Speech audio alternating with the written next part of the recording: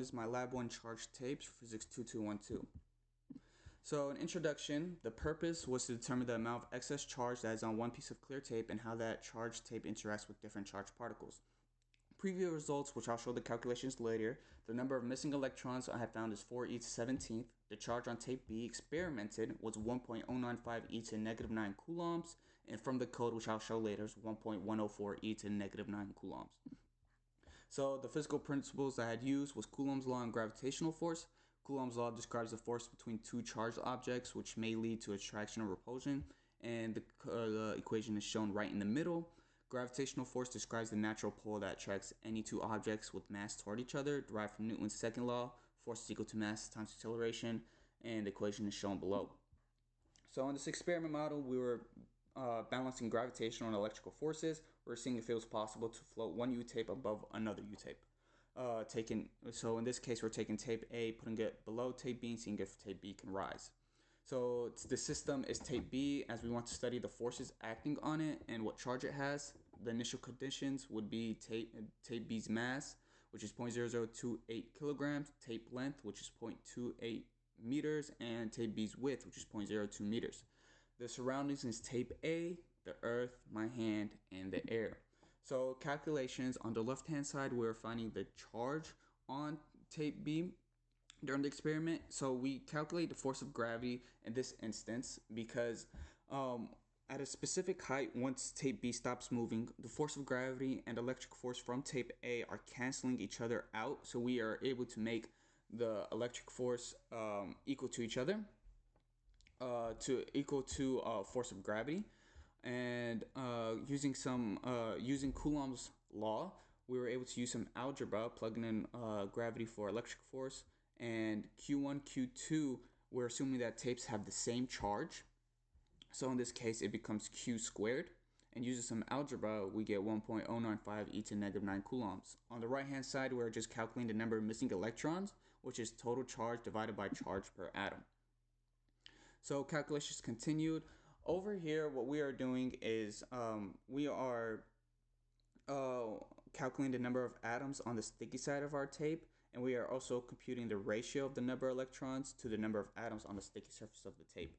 So number of atoms is equal to the total area divided by the area per atom.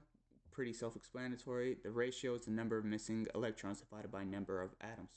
So the assumptions that allow me to perform these calculations are that only the sticky side of the tape has the missing electrons. We're ignoring air resistance and assume each U-tape has the same charge. So this is our code. Starting on line 13, which is our function for the electric force, we had already done this on lab 0. We're just plugging in Coulomb's law. So down on line 35, we are calculating the gravitational force.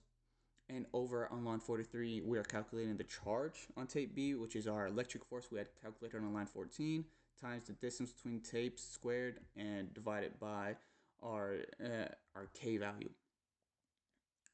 So this is the result of the code. Our gravitational force is 2.744 e to negative 3.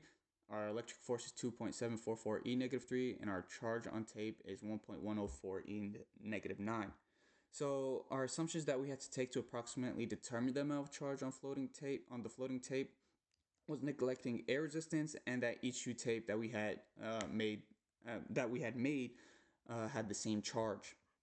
So in our diagram on the left-hand side, the top ball has the electric force pointing up and gravity pointing down. Then the bottom ball has gravity pointing downward. And so the similarities and differences between data and model predictions. So as we can see, the charge calculated were a bit different, but this is probably because in the experiment, my hand may have been in the way of the tapes, and the fact that there was air resistance when performing the experiment. They are similar, however, because we had used Newton's and Coulomb's law to perform these calculations.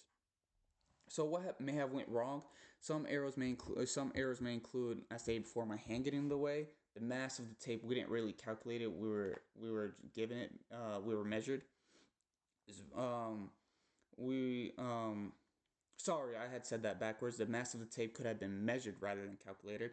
Not perfectly aligning the tapes, making them parallel to each other, and the objects used to hold tape B may have caused some disruptions. So questions: what if electrons had positive charge and protons had negative charge? Nothing would really change in this experiment, or as attraction and repulsion would remain in the experiment. Why is it important to handle the charge tapes as little as possible? What happens when the charge tapes come into contact with your hands or other objects? Your body is an electric conductor, and touching the tape allows the charge to leak away or be neutralized. That'll be it. Thank you.